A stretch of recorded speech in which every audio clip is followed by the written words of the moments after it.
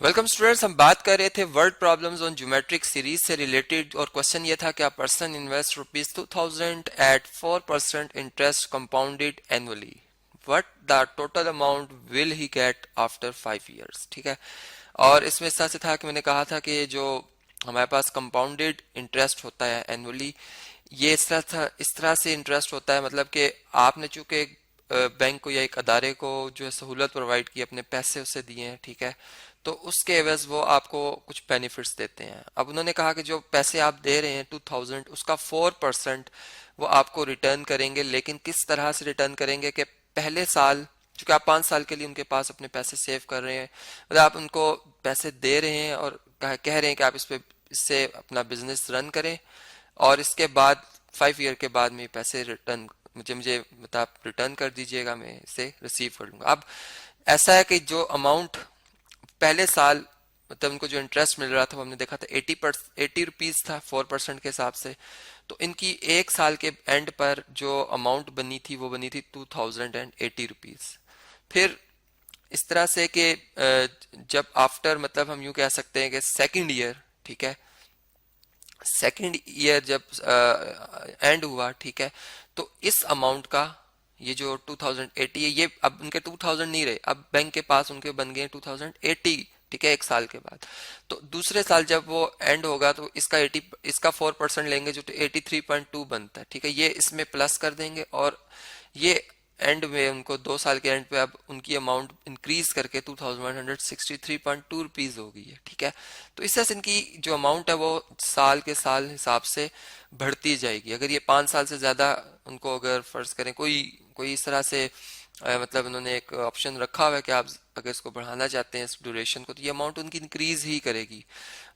हम यूँ कह सकते हैं कि जो टाइम वैल्यू ऑफ मनी के हिसाब से, क्योंकि वक्त के हिसाब से पैसे की कदर कम हो रही होती है, ठीक है, तो ये उस हिसाब से भी उनके लिए बेनिफिशियल। तो हमने इसके हिसाब से एक पूरा इसके ऊपर डिटेल बात की थी। तो एक सीरीज बनी थी, एक सीक्वेंस बना था जो कि हमारा ज्योमेट्रिक प्रोग्रेशन था, इस तरह से कि उसमें हम जो बात कर रहे हैं वो इंटरेस्ट वाली अमाउंट की बात कर रहे हैं। एक तो प्रिंसिपल अमाउंट थी, प्रिंसिपल अमाउंट मैंने कहा था वो अमाउंट होती जो हम इन्वेस्टमेंट के लिए लगाते हैं, जो कि हमारी इस केस में रुपीज कितनी है जी, चले मैं इसको लिख भी देता हूँ, रुपीज है जी ये 2000, ठीक है, ये अमाउंट है रुपीज 2000।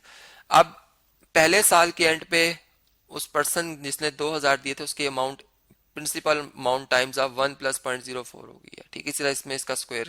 तो हमने देखा इसमें कॉमन रेशियो आ रही है, r is the common ratio, जो कितनी आ रही है, अगर आप सेकंड टर्म को फर्स्ट टर्म से डिवाइड करें तो आपका आंसर आएगा 1 प्लस 0.04, ठीक है। तो ये इसमें एक कॉमन रेशियो चली आ रही है, आप हर टर्म को देखें ये ऐसा से है, और अगर ये सीक्वेंस हम चलाते रहे तो ऑन, मतलब 5 साल से ज्यादा के लिए, तो ये ऐसा से चलता रहेगा, ठीक है, और ये अमाउंट उनकी बढ़ेगी ही, ठीक है। अच्छा, इसमें जो फर्स्ट टर्म है हमारी A1, वो किसके इक्वल है अभी, वो P मल्टीप्लाई बाय 1 प्लस 0.04 है, ठीक है, और P कितना है ये भी मैंने आपको बताया है कि ये 2000 है, ठीक है, रुपीज में है, चले रुपीज भी लिख देते हैं, ठीक है, रुपीज 2000 है, ये भी क्लियर होगी हमें बात।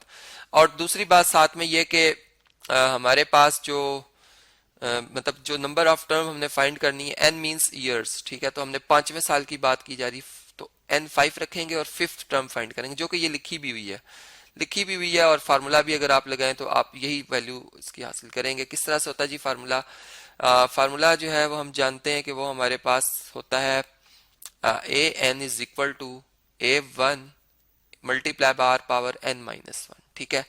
अब इसमें n को जब हम रखेंगे 5, तो फिफ्थ ए सब 5, या इसको ए सब n भी पढ़ते हैं, ठीक है, A1 आर पावर 5-1, जो कि 4 आ जाएगी, कितनी आ जाएगी जी, 4 आ जाएगी। अब इनकी वैल्यू को सब्स्टिट्यूट कर दिया जाए अगर, तो हमारे पास A1 कितना है, A1 है P मल्टीप्लाई बाय 1 प्लस 0.04, ठीक है, जबकि R क्या है जी, R है 1 प्लस 0.04, और इसकी पावर है कितनी, 4, ठीक है।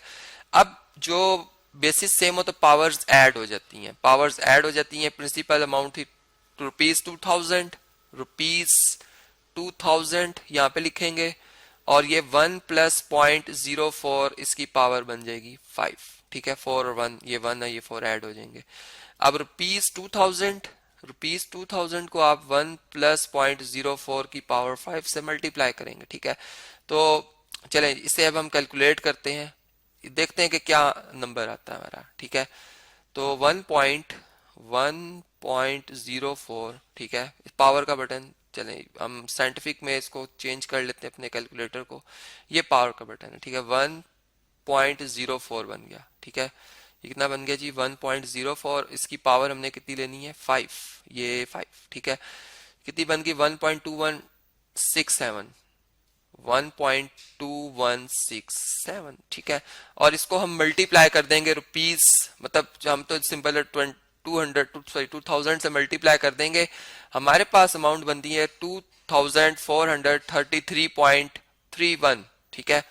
तो ये हमारे पास अप्रोक्सीमेट अमाउंट है, मतलब देखें इसमें आगे भी चल रही है, हम यूँ कहेंगे ₹2433.31। तो ये मैंने इसको राउंड अप कर दिया क्योंकि 05 था, मैंने इसको कहा चलो यहाँ पे हम इसको स्टॉप कर दें। तो ये बेसिकली 5th ईयर में, अब उनको बैंक अगर 5वें साल वो पैसे वापस मांगते हैं तो उन्हें कितने रुपए वापस रिटर्न कर रहा है बैंक, वो उसे उन्हें वापस कर रहा है ये अमाउंट, ठीक है। जबकि उन्होंने जो अमाउंट बैंक को दी थी वो थी 2000। तो इनका अगर प्रॉफिट देखा जाए, मतलब एक तरह से इनको अगर प्रॉफिट मिला, तो वो अगर हम कैसे निकाल सकते हैं कि ये जो अमाउंट है इसमें से अगर हम माइनस कर दें 2000, ठीक है, तो ये 433 पॉइंट दोबारा देखते हैं जी 31, ठीक है, ये रुपीज उनको प्रॉफिट हुआ, ठीक है, इतने रुपीज इनको प्रॉफिट हुआ। इसका मतलब कि ये आप देख सकते हैं कि एक मामूली से परसेंटेज के ऊपर, 4% के ऊपर ये अमाउंट 5 साल में होगी। अगर आप प्रिंसिपल अमाउंट